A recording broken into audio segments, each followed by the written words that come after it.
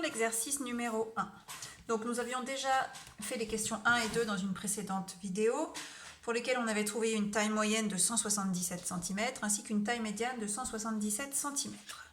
Il nous reste à faire les questions 3, 4 et 5. Donc on va commencer par la question 3. Déterminer l'étendue de cette série statistique. Alors je l'ai recopiée alors qu'elle est déjà ordonnée en fait.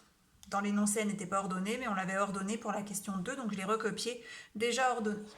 Donc du coup, pour l'étendue, je vous rappelle que ça se note petit e et que pour l'obtenir, on calcule l'écart entre la plus grande des valeurs de la série et la plus petite. Donc là, comme la série est ordonnée, la plus grande est à la fin, la plus petite au début. Donc on a à faire le calcul suivant pour déterminer l'étendue. Donc on a une étendue ici de 24 cm. C'est-à-dire que l'écart entre le plus petit athlète et le plus grand athlète est de 24 cm. On passe maintenant à la question 4. Il faut déterminer les quartiles, donc Q1 et Q3, ainsi que l'écart interquartile. Alors, pour déterminer le premier quartile Q1, il faut calculer un quart de l'effectif. Donc, un quart fois le nombre de valeurs. Donc, on a 1, 2, 3, 4, 5, 6, 7, 8, 9, 10, 11, 12, 13 valeurs. Un quart de 13. Donc, on effectue le calcul. Un quart de 13, c'est-à-dire 13 divisé par 4. On obtient 3,25. Donc, on a vu que quand on obtenait un nombre décimal, on prenait l'entier au-dessus. Donc, Q1 est la quatrième valeur, c'est-à-dire Q1 égale 1, 2, 3, 4, 172 cm.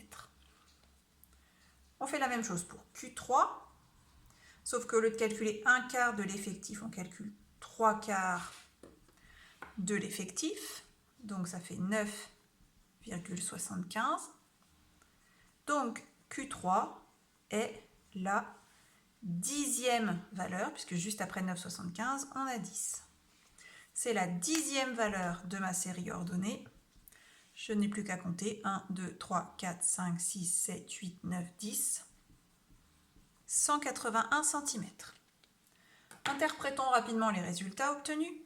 Donc, le fait que Q1 soit égal à 172 cm, ça veut dire qu'au moins un quart des athlètes, donc au moins 25% des athlètes, mesurent 172 cm ou moins de 172 cm.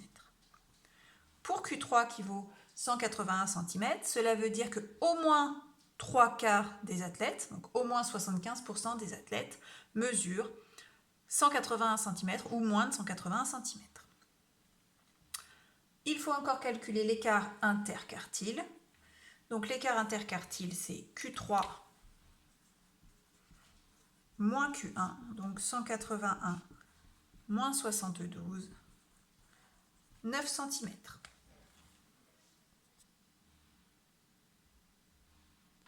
Terminons avec la question 5.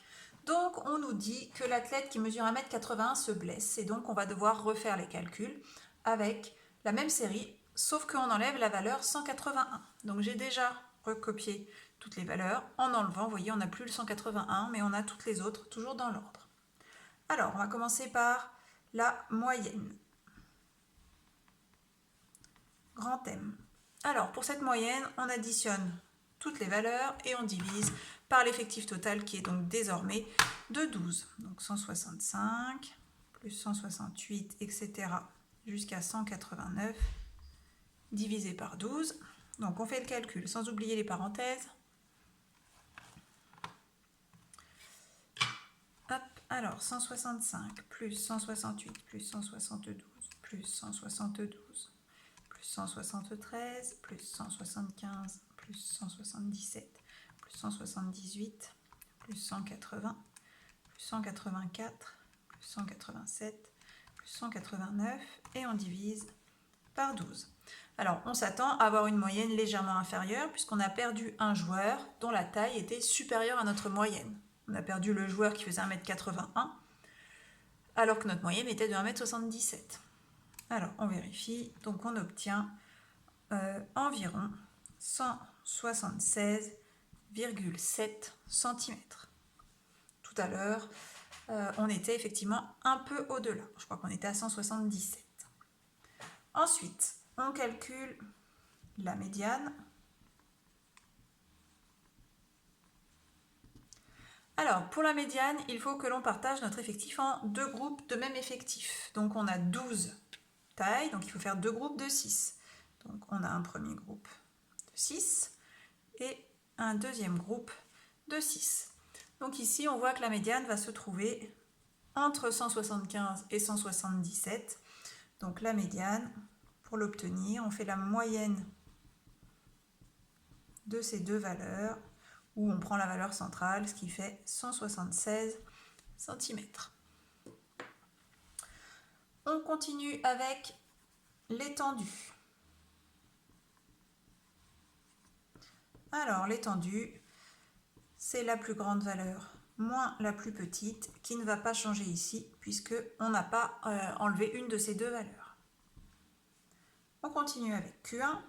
Donc on va devoir calculer un quart de l'effectif, donc un quart de 12, ce qui fait 3.